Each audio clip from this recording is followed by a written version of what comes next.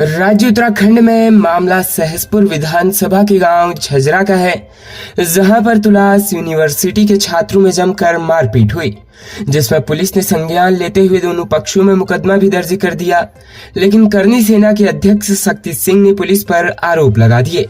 शक्ति सिंह का कहना था कि पुलिस ने उनको अपशब्द कहे, जिनकी उन्होंने ऑडियो भी वायरल की, लेकिन पुलिस का कहना है कि उस ऑडियो में ऐसा कुछ भी नहीं जिससे किसी को ठेस पहुंच सके।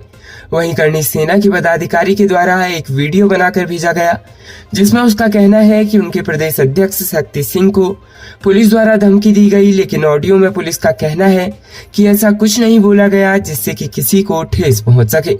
वहीं करनी सेना के द्वारा कहा गया कि हम चुप नहीं बैठेंगे, हम एक आंदोलन करेंगे, नहीं तो चौकी इंचार्ज पर कार्रवाई हो।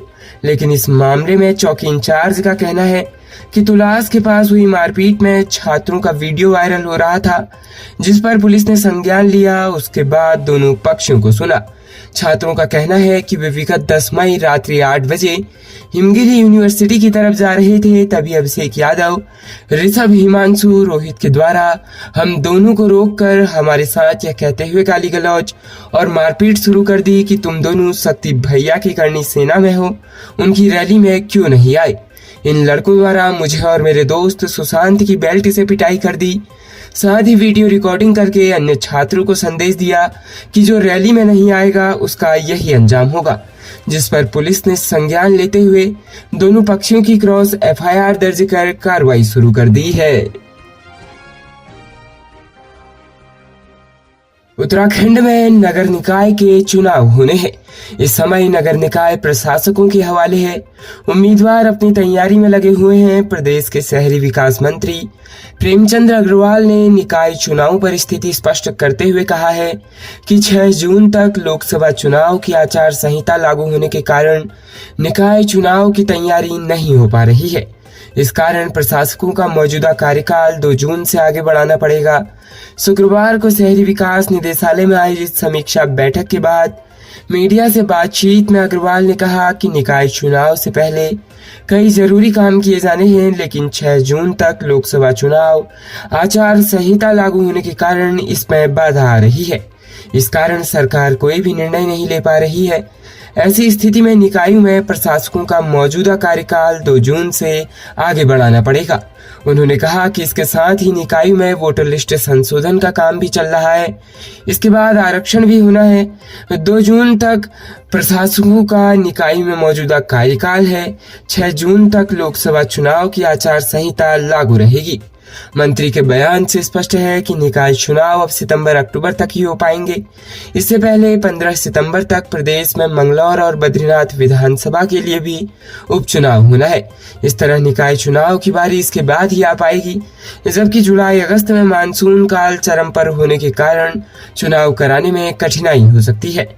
निर्धारण की भी प्रक्रिया पूरी की जानी है, इसके बाद ही चुनाव संपन्न हो पाएंगे।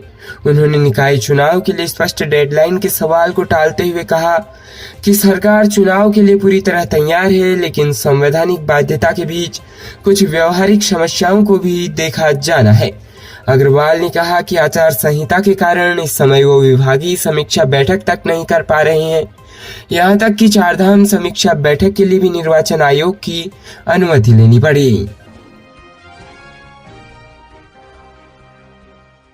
राज्य उत्तराखंड के सीमांत जनपद पिथौरागढ़ के गंगोलीहाट जवाहर नवोदय विद्यालय में एक छात्रा सहित 3 बच्चों ने प्रताड़ना के चलते विद्यालय छोड़ दिया, जिसको लेकर अभिभावक परेशान हैं और मामले को लेकर रोष भी व्याप्त है। सीनियर के उत्पीड़न से परेशान बच्चे अब इस विद्यालय में आकर पढ़ने को तैयार नहीं है। इस मामले की जांच की मांग उठ रही है। मिली जानकारी के अनुसार गणाई गंगोली निवासी 3 बच्चे राजीव नवोदय विद्यालय गंगोलीहाट में पढ़ते हैं, जिसमें कक्षा 9 की छात्रा शामिल है। तीनों बच्चे अति निर्धन परिवार के हैं। एक कक्षा 8, एक कक्षा 9 और कक्षा 10 में पढ़ते हैं। वहीं कक्षा 12 में पढ़ने वाला सीनियर एक विद्यार्थी इन बच्चों सहित अन्य जूनियरों का उत्पीड़न करता है। बच्चों के अनुसार वह रात को उन्हें बाजार जाकर बीड़ी सिगरेट लाने को कहता है। बच्चों ने सीनियर पर मारपीट के भी आरोप लगाए हैं, जिससे अभिभावकों में आक्रोश व्याप्त है। जिला पंचायत सदस्य चंदन वाणी ने कहा कि लंबे समय से सीनियर छात्र द्वारा जूनियर छात्रों का उत्पीड़न किया जा रहा था, जिससे परेशान होकर बच्चों ने स्कूल जाने से मना कर दिया है। बीते दिनों इस सीनियर की प्रताड़ना से जूनियर 3 बच्चे अपने घर चले गए। उनके अभिभावकों द्वारा इसकी शिकायत विद्यालय प्रशासन से की गई। विद्यालय प्रशासन द्वारा बच्चों का उत्पीड़न करने वाले कक्षा 12 के छात्र के खिलाफ कार्रवाई की गई। उसके अभिभावकों को उसे और उसकी टीसी ले जाने का 3 दिन का नोटिस भेजा गया, पर परिजनों के नहीं आने पर विद्यालय अनुशासन समिति द्वारा जूनियरों को प्रताड़ित करने वाले को विद्यालय से निलंबित कर घर भेज दिया गया है। उसकी टीसी डाक से घर भेजी जा रही है। उन्होंने बताया कि 3 बच्चे जो घर चले गए हैं उनके अभिभावकों के साथ बात की गई है, जिसमें एक बच्चा विद्यालय का टॉपर है। निष्कासित किए गए कक्षा 12 के छात्र को पूर्व में भी उसकी हरकतों के चलते अस्थायी निलंबन दिया गया था। उसकी परिजनों द्वारा भविष्य में किसी तरह की हरकत नहीं करने का आश्वासन दिया गया था। इधर उप जिलाधिकारी गंगोली यशवीर सिंह ने बताया कि राजीव नवोदय विद्यालय का मामला संज्ञान में आया है। मामले के लिए जांच टीम का गठन किया गया है, जांच करी जा रही है। जांच के उपरांत अग्रिम कार्रवाई अमल में लाई जाएगी।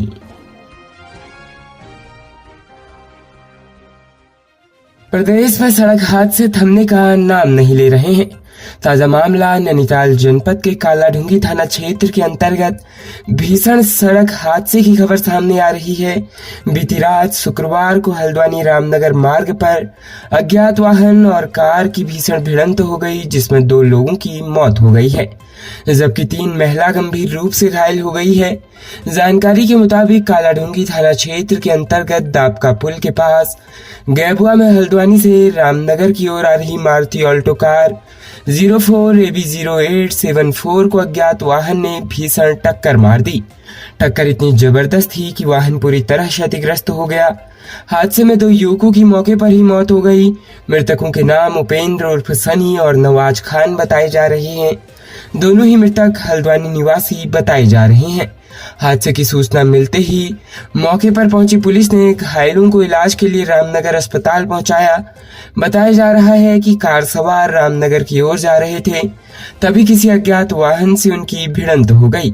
इस हादसे में कार भी बुरी तरह क्षतिग्रस्त हुई है। हादसे के बाद टक्कर मारने वाला वाहन मौके से भाग गया है। पुलिस ने शवों को कब्जे में लेकर पोस्टमार्टम के लिए भेज दिया है। वहीं हादसे में घायल को इलाज के लिए अस्पताल ले जाया गया है।